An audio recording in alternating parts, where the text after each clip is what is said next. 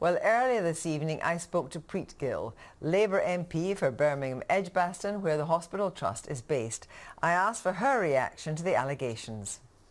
I'm very concerned to hear some of the alleged allegations of a toxic culture, and of course there's been lots of concerns being raised in your report, and I think it's quite shocking. I want to be assured, though, of course, for patients that are admitted into the university hospital, making sure that they get the best care. But of course, all of the staff that are working there need to feel that they can raise issues, that they can whistleblow.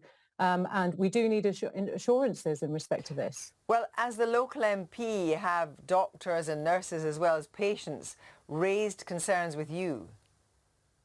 Well, look, I haven't, and that's quite concerning because clearly people are feeling that they're not able to come forward. And I would urge anyone that works at the UHB, but of course anyone that works in any trust across the country, to come forward to raise those issues with your Member of Parliament. I will want to be seeking an investigation into the allegations that you are now reporting that have been brought to your attention. They are very, very serious in nature and they need a proper investigation. But already, you know, it's on the third quartile of four different indices about the concerns about what is going on in the hospital. And it's surprising, isn't it, that have you raised this in Parliament already? Because people are telling us that they are raising these issues with their MP. Well, look, I've written to the hospital, I've written to ministers, I've been raising these issues, I've been raising them at every point, even with the CQC report I wrote to the hospital. I've met with the chief executive there, I've met with Dr. Rosser. I regularly have communication. I regularly challenge and raise issues, and anything that constituents raise with me, of course, I will want to take that up. But aren't you concerned that there are still massive issues about the hospital? There isn't actually a chief executive right now. There isn't a chair. I mean, what are you actually doing apart from raising it with government ministers? I mean, with the health minister. Well, I mean, look, many hospitals have been put in a very difficult situation. And of course, University Hospital Birmingham has huge amounts of pressure. We saw ambulances sitting outside of hospitals, really struggling to transfer patients in. But this is about the culture of the organisation and how it treats its staff and how its staff feel treated by the trust. And I think that's the thing that we need to address. We need to understand, why has that been allowed to happen? Why hasn't, following the CQC report? Why have things not changed? We understand that doctors who report problems and have concerns about patient safety are being put under disciplinary measures.